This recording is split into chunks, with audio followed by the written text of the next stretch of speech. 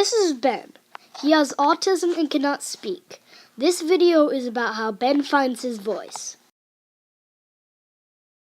While Ben doesn't really have a way to physically talk, he does have two ways to artificially talk, and the first one of them is Pro2Quo to Go.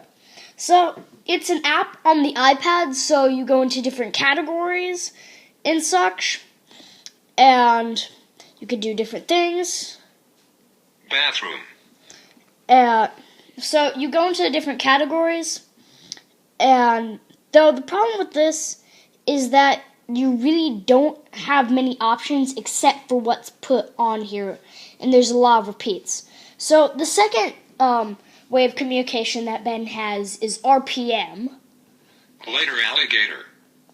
So RPM is a bunch of different boards with letters and numbers on them, and Ben will point to the inside of a letter, and sometimes he'll trace it out, and then he'll move on to the next letter, spelling words and sentences.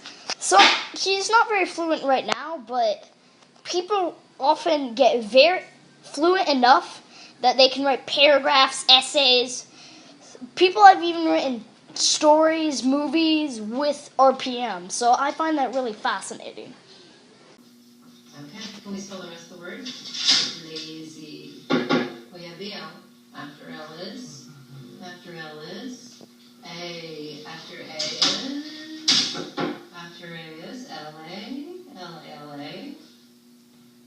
On it, my friend. L-A. Z and Y. Bam!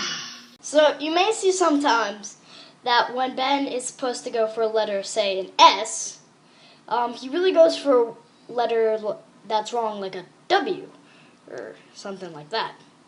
Well, if you're wondering why that is, let me enlighten you. This is called tunnel vision, and it may just be how Ben sees the letterboards. He knows what the answer is, but he can't see where to put his finger. Well, as his mom, I think it's my job to make sure that the world knows Ben as much as they possibly can. And there's limitations on that because people think that if someone's nonverbal, that means they're non-thinking. And I remember we didn't even know Ben had full language until he was about 2.5, like a lot of kids with regressive autism. And we didn't even know he was reading until one day I was like, okay, Ben, can you show me the tree? And he would point out the word instead of the picture. So for how long he was reading, I don't know, because he couldn't tell anybody he was reading.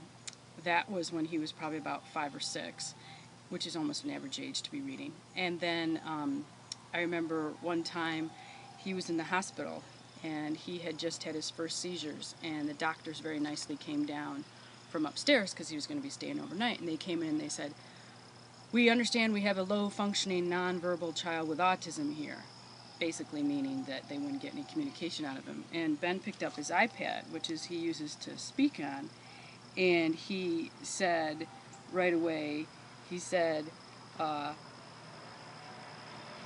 Cheese. I would like cheese. He said, "I would like cheese," and then he said, then he went on to say that he would like to go to the bathroom and that he was ready to go to the car.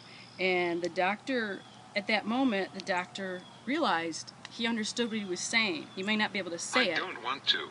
Sorry. He may not be able to say it because he's limited to what he can say on the iPad.